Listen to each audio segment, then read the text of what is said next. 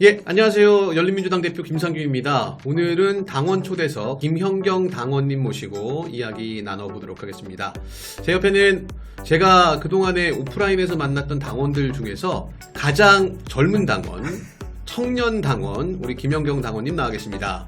네, 안녕하세요. 네, 반갑습니다. 김현경입니다. 네. 김현경 당원님은 아마 우리 당원님들이 단톡방에서 네. 많이 대화를 하셨던 것 같아요. 근데 많은 분들이 여자분이냐라는 이야기들을 많이 하시더라고요. 그런 얘기 많이 듣습니다. 그쵸. 어렸을 네. 때부터 이제 이름 가지고 여자 아니냐 막 이런 놀림 같은 거 있었나요? 예, 제 주변 지인들도 아직도 이름 자체를 네. 형경이 아니라 현경으로 저장해놓고 현경. 네네. 네. 뭐 처음 이름 들었을 때는 여자 같은 이름이다. 네. 요렇게 얘기를 많이 들었었습니다. 네. 간단하게 자기소개 좀 당원님들한테 부탁 좀 드리겠습니다. 네, 안녕하세요. 뵌 분들도 계시겠지만 이렇게는 또 처음 인사드리는데요. 저는 지금 93년생이고요. 믿기진 않겠지만 93년생이면 올해 나이가 어떻게 되는 거죠? 31입니다. 31이요? 예, 31이고 예, 지금 28살에 결혼을 해서 와이프랑 고양이 3마리만 키우고 있고요. 네. 네, 지금 평범하게 개발하는 그런 직군에서 예, 지금 직장인으로 평범하게 살고 있습니다. 네. 그래서 우리 이제 열린민주당 우리 김영경 당원님 같은 경우에는 온라인 뭐 홈페이지 관리라든가 아니면 특히 뭐 홍보물이라든가 이런 부분에서 많은 도움을 주고 계세요. 또 그 직업 자체가 또 어떤 프로그램 개발 쪽이시다 보니까요. 지금 말씀을 듣다 보니까 28살에 결혼을 하셨다고 했는데 네. 친구들에 비해서 빠른 거 아닌가요? 그쵸. 아무래도 빠른 결혼을 혼 나이는 했고요. 계속 늦어져 지난해 역대 최고치를 기록했습니다. 남자가 평균 33.7세, 여자는 31.3세에 처음 결혼했는데 혼인율 자체도 남녀 모두 30대 초반이 제일 높았습니다. 어느 정도 안정적인 직장을 구하고 그 결혼 자금이 모아졌을 때 그때 해야 된다고 생각해요. 그러면 그게 한 언제쯤? 30대 초반? 결혼을 어떻게 진짜 어떻게 하다 보니까 한 것 같아요. 네. 그냥 뭐 그렇게 한 것 같고 자녀는 없고 오히려 신혼생활을 좀 길게 가져가 보자라는 생각으로 결혼을 시작했고 네. 벌써 어느 순간 이제 3, 4년 이렇게 됐네요. 네, 3, 4년이면 참 네. 나이에 비해서 보통 친구들 31살이면은 결혼 미혼 친구들이 더 많지 않나요? 그쵸. 대부분 다 미혼 친구들이고 네. 이제 뭐 여자친구 만났을 때 이제 결혼을 어떻게 해야 될지 말아야 될지 좀 한참 고민하고 있는 친구들이 많은 것 같습니다. 네. 자, 이제 뭐 일단은 이야기를 한번 청년 세대에 대한 이야기를 먼저 좀 해보도록 할게요.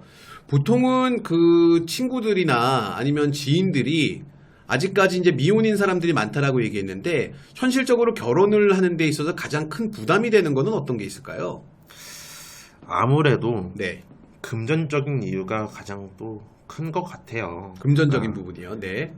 어느 순간 30대에 접어들면서 뭐 그동안 연애는 많이 해왔지만 이제 결혼을 준비하려고 생각하다 보니 뭐 집안 사정이 있는 친구들도 있을 거고요. 네. 아니면 나는 아직 혼자 더 살고 싶다는 생각도 있는 친구들도 많고요. 네. 저는 없어요. 저는 비혼주의자입니다. 결혼하면 제가 집을 이사를 하거든요, 곧. 근데 전세 5억짜리로 가요. 이제 30살인데. 근데 그거를 40살, 50살쯤에 갈 수 있다는 생각밖에 못하지. 이렇게 경제적인 이유 등으로 결혼을 꺼리는 젊은 층이 하지만 늘면서 현재 결혼을 하려 그러면 어쨌든 결혼 비용도 많이 들긴 하는데 또 주거에 대한 그런 것도 되게 커요. 네. 뭐 아무리 지금 뭐 올해 같은 경우에는 뭐 보금자리 대출이었나요? 네. 뭐 소득을 따지지 않고 뭐 대출해준다 이렇게 신용 하지만 대출과 보금자리론, 적격 대출을 통합해 더 많은 사람이 혜택을 받을 수 있도록 한 정책 금융 상품입니다.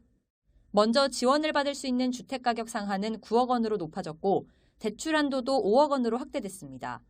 무엇보다 보금자리론이나 안심전환대출과 달리 소득 제한이 없다는 점이 큰 차이점입니다. 또 주택담보대출 비율과 총부채 상환 비율은 각각 70%, 60%가 적용되지만 총부채 원리금 상환 비율, DSR 규제가 적용되지 않아 더 많은 대출을 받을 수 있습니다. 용도는 신규 구매와 대환대출, 임차보증금 반환 등 3가지 모두 가능합니다. 즉 무주택자뿐 아니라 1주택자가 대출을 갈아타는 경우에도 신청할 수 있는데 일시적 2주택자라면 2년 안에 기존 주택을 처분하는 게 조건입니다. 집값이 너무 비싸고 네. 또 직장이 지방에서도 서울로 올라와서 지금 자리를 잡는 상황에서 서울에 있는 집값 아니면 뭐 수도권에 있는 집값 이게 만만치가 않기 때문에 네. 그런 면에서 이제 결혼 생각을 좀 많이 접는 것 같고 네.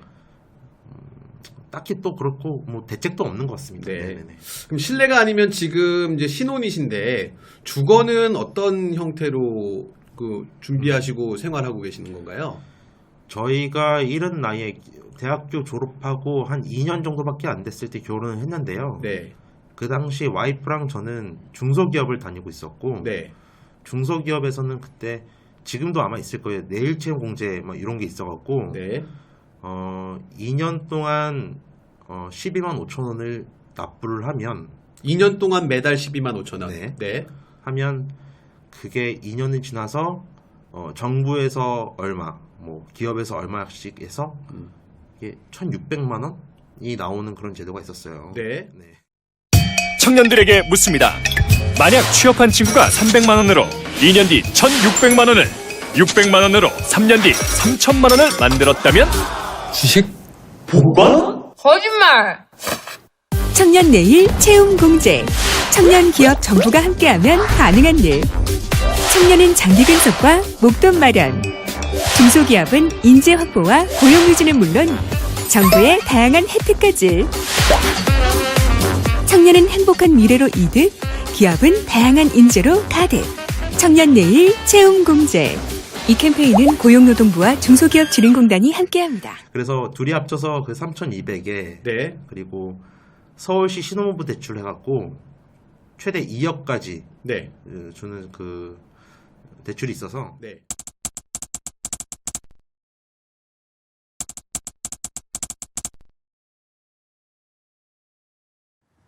서울시가 신혼부부에게 전월세 보증금을 최대 2억 원까지 6년간 시중보다 1.5% 저렴한 낮은 이자로 빌려줍니다.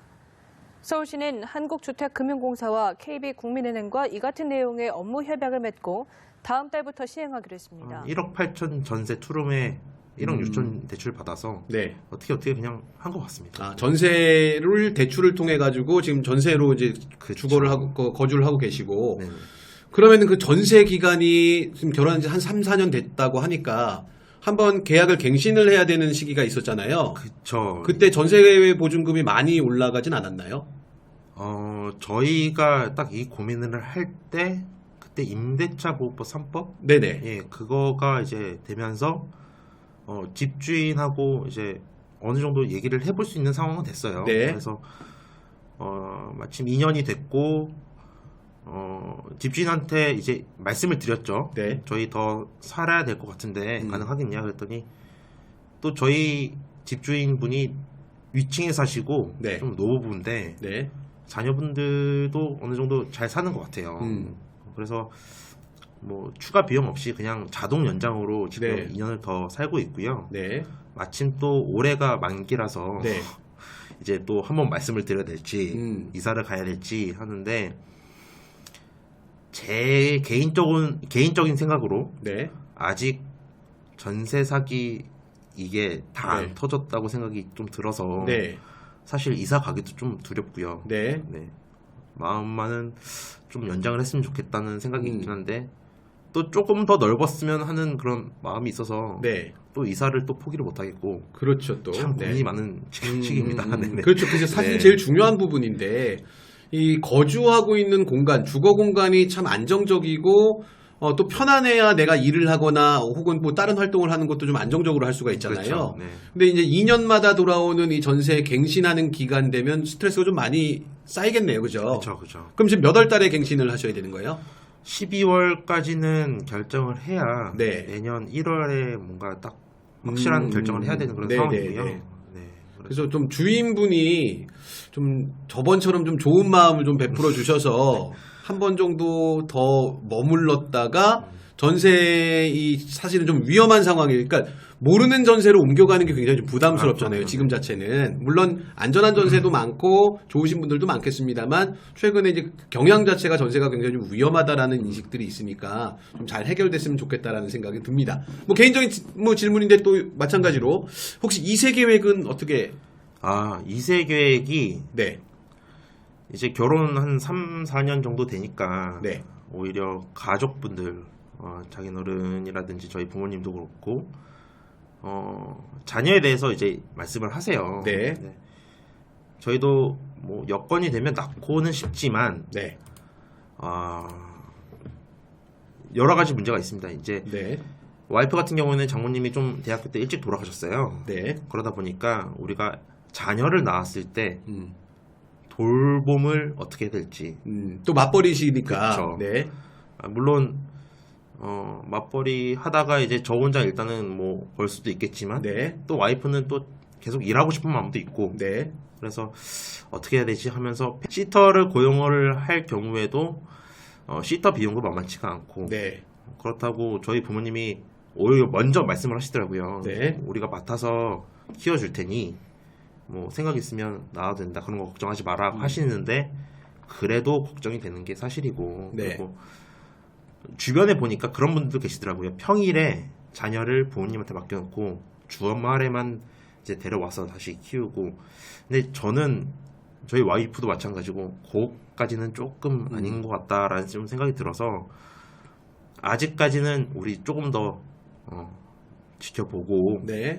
이사도 좀 먼저 해보고 여건이 더 좋아지면 그때 가서 생각하자. 네. 그리고 심지어는 그냥 자녀 없이 그냥 우리끼리 이렇게 고향 키우면서 살면 되지 않을까 네. 이런 얘기도 많이 나왔었어요. 네네. 그럼 만약에 그 최저임금 이하의 외국인 가사도우미가 있다라고 하면 그 정책에 대해서는 어떻게 올해 생각하세요? 한국의 최저임금 시급은 9,620원, 월 210만 원입니다. 이런 비용으로는 우리 사회생활을 처음 시작하는 맞벌이 청년들이 가사도우미를 쓸 수가 없습니다. 조 의원은 싱가포르의 경우 1978년부터 외국인 가사근로자 제도가 도입돼 월 70만 원에서 100만 원을 받고 싱가포르 청년들을 돕고 있다고 설명했습니다. 발의에는 조 의원과 함께 국민의힘 권성동 전 원내대표 등 여당 의원 10명도 공동 발의자로 참여했습니다. 그것 또한 물론 그게 만약에 시행이 된다 그러면 네. 빈부격차의 또 하나의 뭔가 현상이 되지 않을까. 네. 저는 그렇게 생각해요. 왜냐하면 가사도우미가 아무튼 아이를 봐주게 되면 네. 아이는 누군가의 그 보호하는 그 사람에 대해서 영향을 많이 받을 텐데 네. 그렇게 되면 요즘 아이들이 특히 저희 처형도 그렇고 말이 굉장히 느려요. 네. 그리고 와이프 친구 자녀도 2명인데 2명 다 말이 굉장히 느려요. 네. 4살, 5살인데 발음이 정확하지 않고 단어라든지 의사표현을 제대로 못하더라고요. 네. 그런 거 봤을 때 외국인 가사 도우미가 보육까지 해준다라고 했을 때 돈 많은 집 자녀는 더 이제 말도 빠르고 어떤 다양한 활동도 많이 할 거고 근데 외국인 가사 도우미가 그 밑에서 컸을 때는 또 차이가 많이 있을 것 같아서 언어 발달에도 좀 그쵸. 영향이 있을 거다. 네. 그렇게 자랐을 때 초등학교 아니면 어린이집 유치원에서부터 아이들끼리의 뭔가 격차가 많이 발생해서 네. 또 다른 뭔가 현상이 또 발생하지 않을까. 네. 물론 없는 것보단 좋겠지만 네. 사실 우려가 많은 네네. 것도 사실입니다. 네. 맞습니다. 네. 자, 그럼 이제 그 우리 당 이야기로 좀 이야기를 옮겨갈 텐데요. 처음에 열린민주당을 입당하게 된 계기가 있다면 어떤 게 있을까요? 열린민주당에 대해서는 그 전에도 이미 알고 있었고, 네. 합당을 하게 되는 과정까지도 알고는 있었어요. 근데 네. 특별하게 뭔가 생각을 갖고 있지는 않았고, 민주당에 일단 더불어민주당에 대해서 굉장히 지지는 하지만 불만이 좀 있었어요. 네. 일단 특히 대응이 너무 느리다. 어떤 사안이 발생했을 때 정당에서 그 사안에 대해서 대응하는 속도가 너무 느리다. 그쵸. 네. 뭐 대응이 느리기 때문에 또 싸움에서 또 밀리고. 네. 어쨌든 정치는 싸움을 통해서 정권을 획득하는 그 목적이 있을 텐데 그런 부분에서 굉장히 큰 답답함이 있었고, 근데 이제 열린민주당이 다시 이제 창당을 준비하게 되면서 네. 시민들의 목소리를 네. 더 많이 대변을 하려고 했던 그 모습과 그리고 대한 정당이 될 수 있다는, 네. 사실 대선 때 이거는 더불어민주당이 싫어서 2번을 찍으신 분들도 많을 거거든요. 네네. 네. 그래서 열린민주당이 창당이 되면 더 대안이 되고 처음에는 작지만 강한 정당이 될 수 있겠다라는 생각이 들어서 처음 이제 가입하게 됐고요. 네. 네, 입당 신청하게 됐고 활동 같은 부분은 저도 그냥 참여만 하고 있다가 네. 제가 뭔가 도움이 될 수 있는 부분이 있을까 좀 찾아보면서 네. 홈페이지 개선 작업부터 좀 참여를 했던 것 같습니다. 네. 그러니까 지금 민주당이 싫어서 2번을 찍은 사람들이 있다라고 하니까 또 갑자기 궁금한 부분이 생기는데 최근에 이제 2030 젊은 남성 유권자들 중심으로 뭐 보수화가 진행이 됐다 혹은 뭐 국민의힘을 지지한다라고 하는 이야기들을 뭐 우리 같은 기성세대는 사실 그 기사로만 접하게 되거든요. 문재인 정부 출범에 가장 큰 힘을 실어줬던 2030 세대가 이번에 매섭게 등을 돌렸죠. 청년층의 이탈은 정부와 여당이 참패 충격 속에서도 가장 뼈아프게 받아들이고 분석해야 할 실제 주변에 있는 친구분들이나 후배들을 보면 보수 정당을 지지하는 사람들이 훨씬 더 많은가요? 개인적으로 제 주변만 그런지 모르겠지만 네. 확실히 민주당에 대해서는 부정적인 시선을 갖고 있는 친구들이 많이 보였었어요. 네. 네. 일단 어느 정도 중산층 이상의 그런 좀 능력이 되는 뭐 그런 집안에서 컸다. 네. 뭐 그래서 좀 경제적인 이제 지식을 뭐 나름 뭐 갖췄다고 생각을 하는지 모르겠지만 네. 그랬을 때 민주당을 일단 사회주의로 보기 때문에 네. 이재명 당시 대선 후보일 때도 이재명이 되면 이건 사회주의다라고 하는 인식도 실제로 들었고요. 네. 그리고 그 당시 한참 조국 사태 이후였기 때문에 네. 민주당은 좀 그래 이런 인식이 있었고 사모펀드 투자 논란 등 숱한 의혹 가운데서도 청년층은 특히 자녀의 입시 의혹에 분노했습니다. 기회도 과정도 결과도 결코 공정하지 않았다는 배신감이 컸습니다.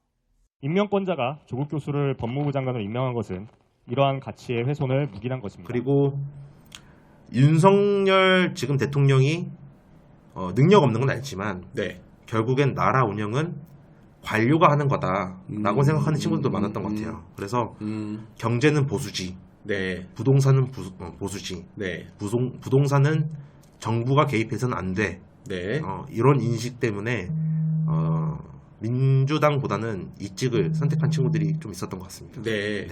실제 그러니까 이제 보수당을 좀 지지하는 주변 사람들이 있는데 그건 보수당이다라기보다는 민주당이 싫어서 2번을 선택했고 그리고 공무원 사회가 어쨌든 간에 잘 운영할 거기 때문에 대통령 하나 잘못된다라고 해서 큰 문제가 생길 거는 아니다라고 주변 사람들은 그렇게 많이들 인식을 했다라는 말씀이시죠? 네네.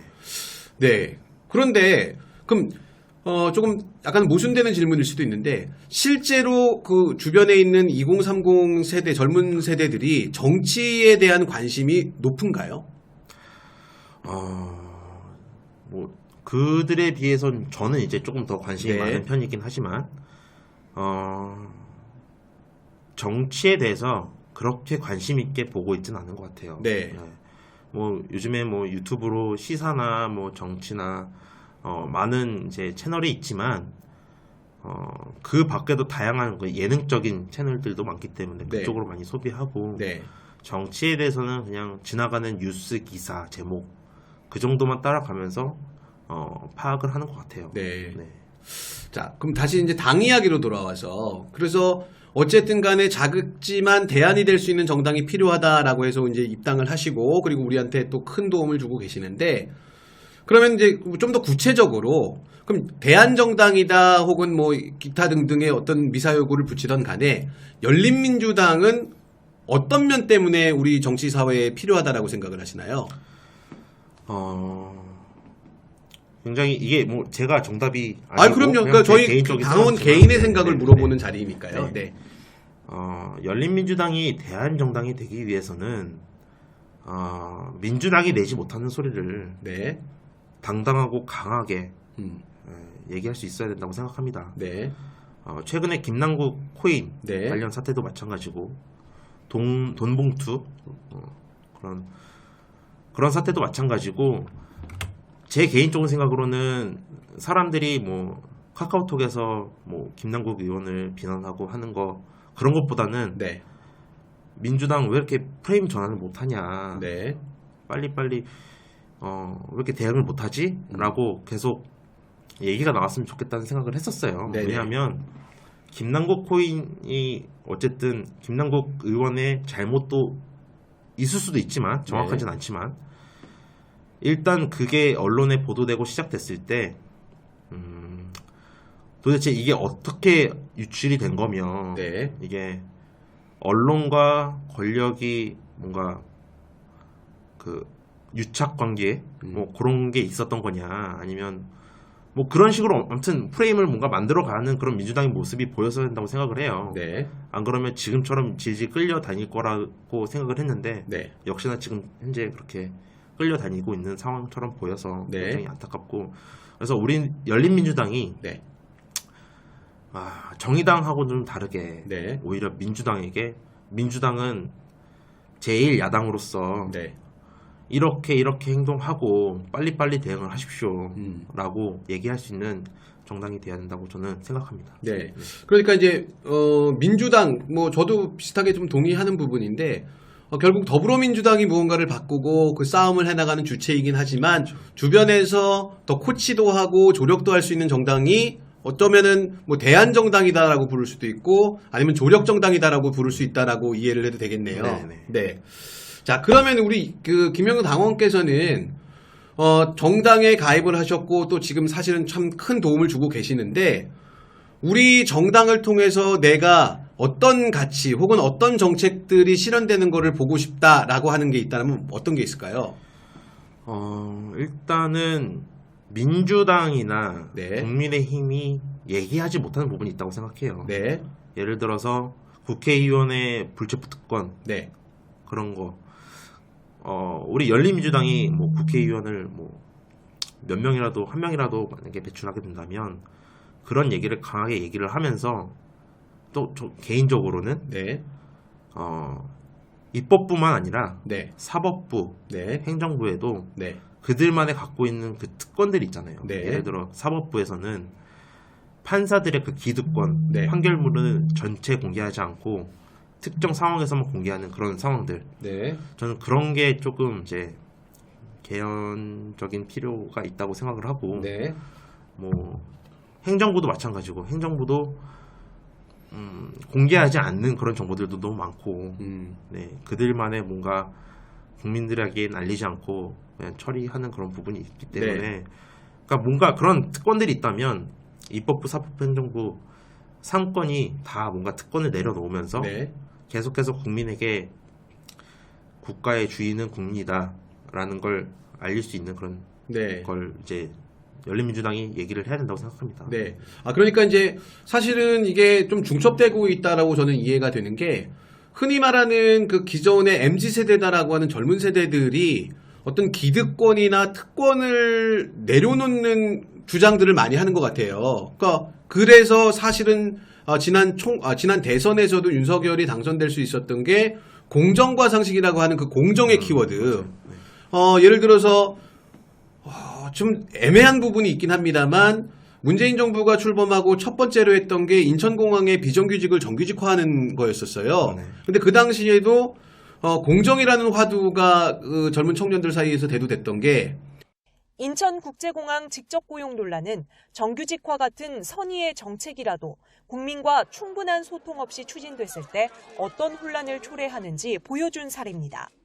가뜩이나 비좁은 취업문 앞에서 청년들에게 상대적 박탈감을 안겨주며 을끼리의 싸움만 부추긴 셈이 됐습니다.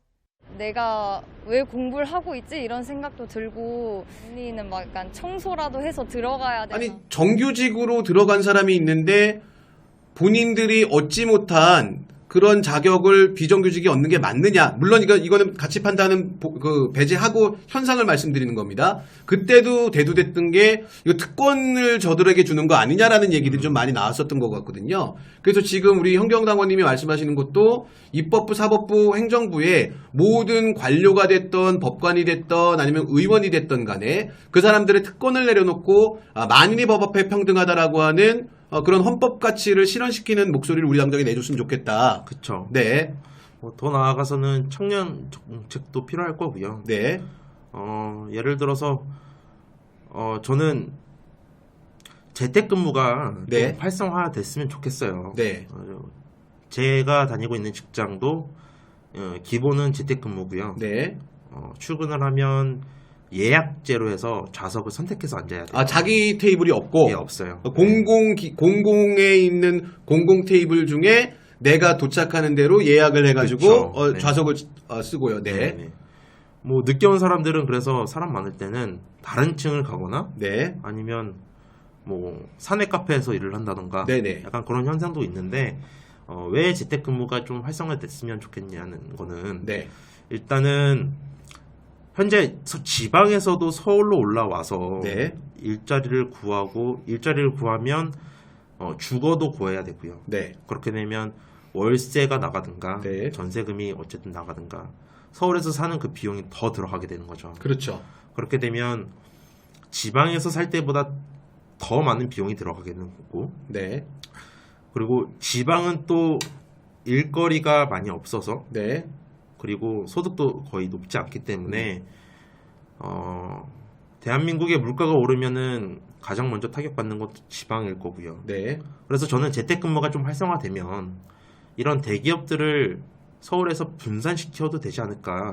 수도권 더 밑으로 내려보내서 네. 지방으로 분산 이전시켜서 집이 먼 사람들은 재택근무를 하고 네. 뭐 그런 아니면 뭐 사내 기숙사를 제공해서 뭐 출근이 좀 많을 때는 거기서 지나게 하든가. 네. 그렇게 되면 지역 활성화도 되고 네. 조금 서울에 너무 집중화되어 있는 과밀도되어 있는 그 인구들을 분산시킬 수 있지 않을까. 네. 그런 정책도 좀 있었으면 좋겠고요. 30대 박민철 씨는 1년 전 가족과 함께 서울에서 강원도 속초로 이주했습니다. 회사가 근무지에 제약이 없는 원격 근무 제도를 도입한 덕분입니다. 원격 근무, 자율근무를 도입하지 않았으면 이주하지 못했을까요? 네, 저는 은퇴할 때까지 거기 다녔을 것 같은데요. 박 씨의 동료 1,500여 명 중 60여 명도 지방에서 원격 근무로 일하고 있습니다. 저희 주소를 보지 않습니다. 예, 그러니까 이분이 회사와 어느 정도 가까이 사는지가 중요하지가 않은 거죠. 우리는 원격 근무를 하기 때문에. 그렇게 되면 자연스럽게 출산이나 네. 뭐 그런 것도 좀 어느 정도 여유가 되는데 더 빨라지지 않을까. 네. 네, 지방은 아직까지는 서울보다는 집값이 많이 저렴하죠. 올랐지만, 네. 네. 오르긴 올랐어도 서울에 비교하면 굉장히 좀 저렴하죠. 그러니까 그렇죠. 저는 우리 김연경 당원께서는 서울 토박인 걸로 알고 있는데, 그럼 만약에 재택근무 환경이 주어진다라고 하면 본인은 본인 가족들이랑 같이 지방에 가서 거주할 그 생각도 있으신가요? 아, 그럼요. 저는 지방에 일자리만 있고, 네. 지방에서 뭐 큰 돈을 못 벌더라도 어쨌든 회사원처럼 그냥 직장인으로 계속 일하면서 나중에 뭐 정년 퇴임하고 네. 거기서 뭐 다른 일을 하더라도 저는 지방 내려가서 살 의향이 충분히 있습니다. 네. 그렇죠. 그래서 사실은 뭐 또 특수직이긴 합니다만 뭐 개발자다 보니까 재택근무가 활성화된다라고 하면 본사는 서울에 있고 회사는 서울에 있다라고 하더라도 지방에서 근무할 수 있는 환경은 충분히 주어지는 거잖아요. 그렇죠. 네. 근데 제가 듣기로는 윤석열 정부가 들어오고 나서 회사가 재택근무하던 기조가 좀 많이 바뀌었다고 들었는데요. 그렇죠. 제가 뭐 지금은 어떤지 모르겠지만 네. 재택근무를 없애면서 출근 제도로 바뀌었다는 그런 뭐 기업들이 좀 큰 기업들이 있었던 것 같아요. 네. 네. 그래서 그것 때문에 힘들어한 또 사람들도 있는 거고 재택근무 때문에 왔는데 재택근무를 없앤다고 하니. 네. 그리고 지금 저희 회사 같은 경우에도 능력은 되게 좋아서 네. 다른 회사에서도 콜이 오기도 하고 충분히 이직을 해서 더 많은 연봉을 받아도 되는데 재택근무 때문에 회사에 계속 다니시는 분들이 굉장히 많으세요. 네. 예. 아이를 낳고 와이프의 그 육아휴직 기간이 끝났을 때 네. 집에서 남편이 일을 하면서 애를 볼 수 있는 그런 상황도 네. 많이 있더라고. 네. 그래서 오히려 남편은 이직을 하고 싶은데 와이프가 재택근무 때문에 네. 그냥 다녔으면 좋겠다라고 하시는 분들이 굉장히 많더라고요. 네. 자, 그러면 지금 이제 뭐 자연스럽게 언급하지 않으면 안 되는 게 이제 윤석열 정부인데, 윤석열 정부가 출범하고 뭐 거의 1년이 이제 1년이 좀 넘었죠. 1년이 지났습니다. 일단 윤석열 정부에 대한 총평을 한다라면 어떻게 얘기하실까요? 망했다. 망했다. 망했다. 네. 자, 그럼 이제 윤석열 정부에서 어떤 부분이 제일 크게 망한 것 같아요? 지금 우리가 언론 보도에서 네. 우리나라 경제 수출 뭐 결과라든지 뭐 이런 기사도 많이 올라오고 있고 네. 무역 수지 적자 이런 얘기도 있고 14개월 연속 무역 적자가 계속되고 있습니다. 반도체 수출 부진이 계속되고 있는 것입니다. 뭐 여러 가지 얘기가 있지만 네. 일단 저는 우리가 미래를 좀 봤으면 좋겠어요. 네. 지금 윤석열 정권 1년 만에 이 상황이 됐는데 네. 지금 이 상황은 영향도가 윤석열 대통령의 그 임기가 끝난 그 시점 이후까지 간다고 보거든요. 네. 왜냐하면 반도체도 그렇고 뭐 자동차 배터리 뭐 반도체 지금 다 엉망이 됐으니까 네. 지금 우리나라 먹거리가 없어졌잖아요. 네. 사실 제가 지금 다니고 있는 기업이 네. 대기업인데 네. 저희 회사도 큰 타격이 있더라고요. 네. 큰 타격이 있고 인센티브가 삭감이 된다거나 뭐 복지 포인트를 좀 덜 지급한다던가 네, 그 복지 포인트다라고 하는 게 회사 내에서 어떤 복지 제도로 포인트를 지급해주고 그 포인트를 갖고서 어떤 몰 같은 게 운영되고 물건을 구매할 수 있는 그런 게 되는 거죠. 예. 제가 그 복지 포인트 몰에서 사용하는 그 몰 쪽을 개발하고 있는데 확실히 경제가 안 좋아지다 보니까 매출도 하락하고 있고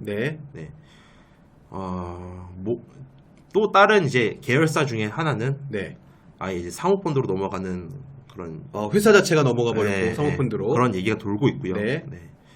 굉장히 안 좋은 상황에 계속 있고 나머지 계열사에서도 지금 굉장히 안 좋은 얘기가 많이 나오고 있습니다. 그래서 일단 회사 자체도 너무 영향도가 크고 미래에도 지금 많이 걱정이 되고 빨리 내려왔으면 좋겠다. 아니면 외국에도 안 나갔으면 외국이라도 안 나가면 좋겠다. 라는 생각이 좀 있습니다.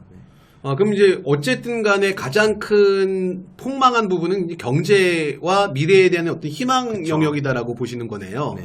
그럼 이제 본인의 어떤 실생활, 내 생활 속에서 윤석열 정부가 출범하고 나서 달라진 건 뭐가 있을까요? 크게 뭔가 실감이 직접적으로 온 거는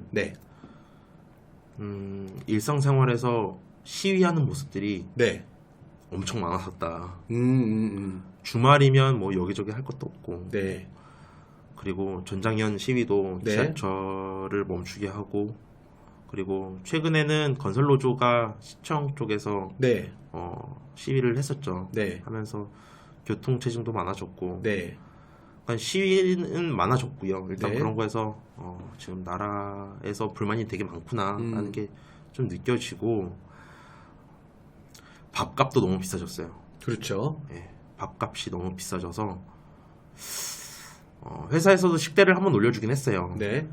하지만 뭐 1,000원 정도 올려준다 해서 지금 물가를 따라잡는 게 아니기 때문에 결국은 이제 아까 얘기했던 경제 부분이 실생활에서도 제일 크게 영향을 미친다라고 봐도 되겠네요. 그렇죠? 지금 외식 물가가 워낙 많이 올라서 물론 이거는 윤석열 정부 탓만은 아니겠죠. 물가가 오르는 건 전반적인 현상이긴 한데 근데 그걸 사실은 최대한 컨트롤하라고 정부를 뽑아놓는 거지. 그냥 아무 수도 이건 뭐 외생 변수 때문에 발생한 거니까 우리는 어떻게 할 수 없다라고 할 거면 그냥 무정부를 하는 게 낫잖아요. 근데 분명히 지금 아마추어 정부가 물가 상승을 제대로 대비 못하는 것처럼 느껴지는데 자, 근데 그러면 그 윤석열 정부는 4년을 다 채울까요? 남은 4년을? 큰 거 하나 온다고 생각합니다. 저는. 큰 거 하나 온다. 뭔진 모르겠지만 큰 거 하나 옵니다. 큰 거 하나 온다. 그래요. 자, 그러면 이제 큰 거 최근에 언급되고 있는 거 저는 이제 후쿠시마 오염수 방류가 제일 큰 걱정 중에 하나예요. 그 오염수 방류는 결국 하게 될까요? 저는 하게 될 거라고 생각하고 있고 이것 또한 지금 민주당에서 발빠르게 프레임 뭔가 하나를 준비를 해야 된다고 생각을 해요. 분명히 후쿠시마 오염수 방사능 뭐 이렇게 방류가 되면서 벌써부터 오염수를 처리수로 얘기를 해야 된다. 그렇죠. 라는 얘기를 국민의힘에서 얘기를 하고 있고, 네. 삼중수소, 네. 그게 뭐 인체 뭐 어쩌고저쩌고 네. 하는데 국민의힘은 그게 괜찮다고 그냥 계속 뭔가 60대 70대 그 네. 분들에게 계속 뭔가 주입시키고 있는 것 같아서 네. 민주당에서는 좀 발빠르게 여기에 대해서 규탄을 하고 설명도 내고 뭔가 프레임 싸움에서 지지 않도록 계속 준비를 해야 진짜 네. 우리나라가 안전한 먹거리를 지킬 수 있다고 생각합니다. 네, 맞습니다. 네. 최근에 이제 좀 개인적인 질문인데요. 최근에 혹시 뭐 인상적으로 읽은 책이나 읽고 있는 책이 있으면 좀 소개 좀 부탁드릴까요? 지금 열린민주당에서 네. 독서 토론회를 준비를 하고 있어요. 네. 다른 당원분이 먼저 제안을 해주셔서 같이 해보겠냐고 제안 주셔서 네. 같이 먼저 단톡방도 만들고 네. 준비 중에 있는데 책은 이제 진보의 미래. 노무현 대통령이 쓰신 그렇죠. 진보의 네. 미래요. 네. 진보의 미래라는 책을 샀고 알라딘에서 주문을 하니까 네. 옵션으로 500원인가 추가를 하면 조그만 소책자 네. 그런 도 주더라고요. 네. 그래서 일단은 제 하루가 네. 되게 바쁘게 돌아가요. 네. 새벽 한 5시 반쯤 일어나서 네. 고양이 좀 챙기고 네. 운동 갔다가 10시까지 출근을 하고 네. 퇴근은 한 7시 8시쯤 해서 집에 와서 밥 먹고 뭐 집안일 좀 하고 네. 하면 9시 10시인데 그때 이제 보통은 유튜브 같은 거 보기도 했었는데 요즘엔 유튜브를 좀 끊어보자. 네. 끊어보자 해서 책을 좀 들고 읽고 있어요. 네. 그래서 진보의 미래도 이런 계기로 해서 읽게 되고 있는데 네. 요즘에 쇼츠로 네. 노무현 전 대통령의 영상들이 굉장히 많이 올라오더라고요. 네네. 하면 누구랑 되게 비교되게 네. 말씀을 되게 잘하세요. 그렇죠. 네. 어느 나라 정상과도 대등하게 얘기를 하시고 근데 진보의 미래를 책을 딱 읽는데 네. 그분의 음성 소리가 들려오는 것 같은 느낌? 딱 그 표현 그 자체가 잘 돼 있더라고요. 네네. 그러니까 어떤 답을 아직은 내놓은 걸 못 봤어요. 네. 아직은 이런 게 어떻게 생각을 하면 어떻게 될까? 그러니까 어떤 생각을 어떻게 해서 이런 생각을 해오셨구나라는 걸 지금 읽고 있는데 네. 굉장히 생각할 부분이 되게 많고요. 네. 이런 생각을 하셨구나 새로 알게 된 내용도 있고 네네. 되게 좋은 책 같아서 더 많은 분들하고 좀 읽고 같이 소통해보고 싶은 생각이 있습니다. 네. 참 좋은 운동인 것 같아요. 저희 이제 당에서 우리 당원들이 중심으로 책을 선정하고 같은 뭐 일정 분량을 같이 읽은 다음에 그거에 대한 어떤 뭐 의견을 교환하고 그렇죠. 그게 그러면 이제 온라인으로 진행이 되나요? 일단 아직 첫 모임도 가지지 못했는데 네네. 원격 화상 채팅으로 네. 일단 진행을 해보려고 하고 있고 네. 뭐 시작하고 나서 조금 더 이제 개선 사항들을 찾아가면서 네. 조금 더 발전시키면 더 좋은 모임이 되지 않을까라고 생각하고 있습니다. 네. 자, 지금 관심이 있으신데 모르셨던 분들은 지금 바로 요 밑에 이제 자막으로 주소가 나갑니다.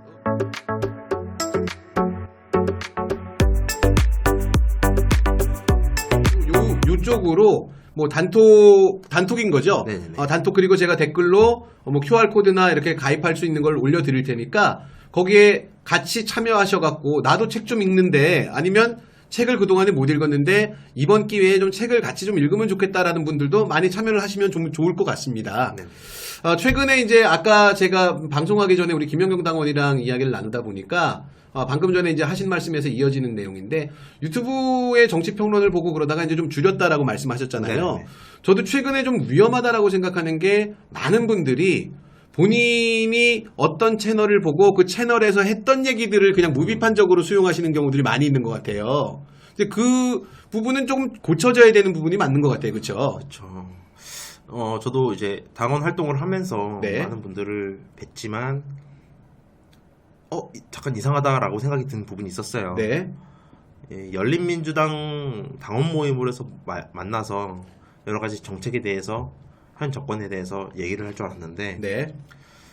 약간 유튜브에 대해서만 얘기를 많이 하시는 것 같더라고요. 그래서 네. 근데 이런 자리에서까지 우리가 누구를 비판하면서 어떤 채널에 얘기를 해야 되는 건가라는 좀 네네. 생각이 좀 들어서 네. 저도 마찬가지고 우리 당원 그리고 우리 당이 뭔가 이런 정책들에 대해서 계속해서 얘기하는 걸 좀 네. 훈련해봐야 된다라고 좀 생각이 들어서 저는 이런 책 활동, 독서 모임도 네. 한번 시작하게 됐습니다. 네. 자, 지금 시청하고 계시는 당원분들 깜짝 놀라셨을 거라고 생각합니다. 아니, 우리 당에 이렇게 젊고 똑똑한 젊은 청년 당원이 있었단 말이야? 지금 흐뭇한 미소들 짓고 계시는 게 보이는데요. 이제 뭐, 어쨌든 예정된 시간이 거의 다 마무리가 돼서 앞으로 이제 우리 김영경 당원은 우리 당원님들이 더 많이 교류하고 더 자주 뵙게 되겠지만, 혹시라도 내가 참여하지 못한다라고 하시는 분들은 더 적극적으로 우리 김영경 당원 댓글도 달아주시고 응원해주시면 좋겠고요.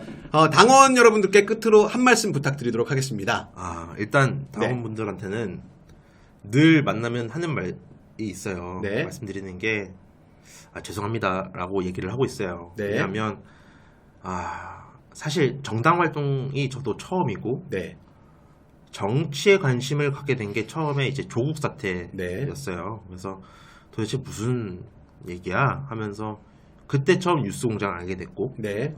그거 통해서 이제 정치 시사에 대해서 조금 관심 갖게 되면서 입문하게 됐는데 그러니까 어쩌다 보니까 여기 홈페이지 개선 작업까지 참여하게 됐어요. 했는데 사실 아까도 말씀드렸다시피 평일 하루하루가 되게 타이트하게 돌아가기 때문에 뭔가 제가 회사 외적으로 다른 활동하는 게 굉장히 시간적인 여유가 없었어요. 그 상황에서 어쨌든 대표님하고 협의를 하면서 최소한의 비용으로 뭔가 어떤 결과물을 만들어내는 그 결과물이 지금 홈페이지이기 때문에 시대전환이나 아니면 뭐 민생당 그런 홈페이지 들어가도 사실 저도 알아요. 비교되는 거. 하는데 저도 욕심은 제가 이제 직접 개발하고 뭔가 구축해서 하고 싶은데 그럴 여력이 안 돼서 지금 이런 현 상태라서 그 점에 대해서는 대단히 죄송스럽게 생각하고 양해 부탁드리고 아이고 아닙니다. 그리고 뭐 죄송할 일은 아니죠. 네. 근데 계속해서 이제 개선 사항을 저는 이제 찾아가면서 이제 나중에 뭐 다른 업체에 맡기더라도 뭔가 이제 기준이 될 만한 뭔가 자료들을 만들어 놓으려고 노력하고 있어요. 그러니까 좀 여유롭게 생각해 주셨으면 좋겠고 저도 포기하지 않고 끝까지 한번 열린민주당에서 한번 활동을 해보려고 하고 있으니까 당원 여러분들도 걱정하지 마시고 한번 용기 내서 카페에 글도 올려보시고 어떤 단톡에서 얘기라도 한번 해보시고 서로 뭔가 그런 얘기들을 하면서 부족한 부분은 채워나가고 잘못된 점은 고쳐나가면서 더 우리 당이 발전했으면 좋겠습니다. 예, 감사합니다. 자, 지금 보신 것처럼 우리 당은 당원이 자산입니다. 그래서 당의 초석이 당원이다라는 그 컨셉으로 지금 이 금요일 날 올려드리는 그 녹화를 진행을 하고 있는데 나도 저기 한번 가서 나도 한번 넋두리 하고 싶다. 혹은 나는 나가고는 싶은데 얼굴이 나오면 안 된다. 가면이든 모자이크든 다 처리해 드릴 테니까 그래서 또 혹시라도 말씀을 잘 못하시고 또 카메라 울렁증이 있는 분들을 위해서 녹화로 진행하고 있으니까요. 또 댓글이나 카페 혹은 단톡방에 신청해 주시면 또 제가 연락해 갖고 스케줄을 잡도록 하겠습니다.